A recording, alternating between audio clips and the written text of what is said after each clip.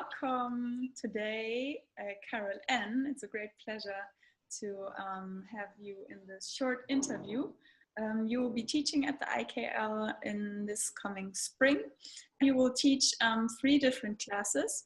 You will teach 2 classes of the rhythmic movement training by Blomberg.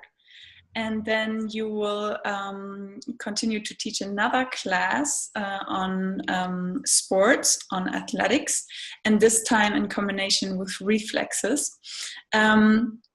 So let's get started with the class Reflexes and Athletics.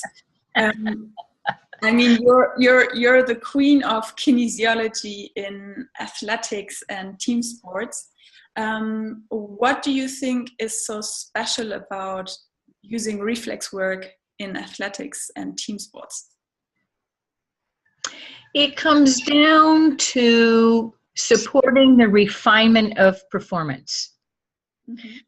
Often, if we're looking at an athlete who participates at a very high level and they are attempting to get that little extra so that they move above their competition, we have 3 aspects to our performance: mental, emotional, and physical. And there's 3 levels that we'd like to see the reflexes fully mature and integrated and a part of higher level performance, rather than overtaking and overriding and being the lead in performance. And on the physical level, the incredible capability of the body to move and to have it to do in flow and rhythm, in time and space, and the beauty that can be, no matter what you're doing, whether it's dancing, sports, even just a person just walking down the street. The emotional level to be able to have it supportive energy, rather than we have it trigger the fight or flight response. Because in that emotional centering, it's all about relationships, and relationships with ourselves, relationships with our teammates if we're in a team sport, relationships with our coaches, with our parents, anyone who we come in contact in our life. And do I, as the athlete, move from an intrinsic inner desire to perform, or am I performing to make somebody else happy? So when that happens, that dynamic of relationship can trigger that fight or flight response, and boom, we're down in the survival center and the reflexes take over. Then we also have our intellectual. So the intellectual part of our performance is the strategy.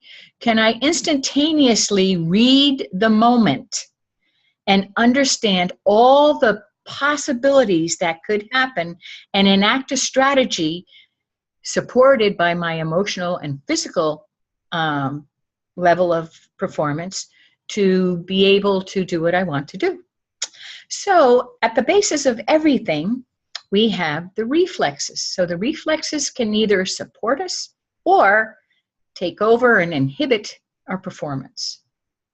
So let's move into the other classes that you will be teaching. Sure.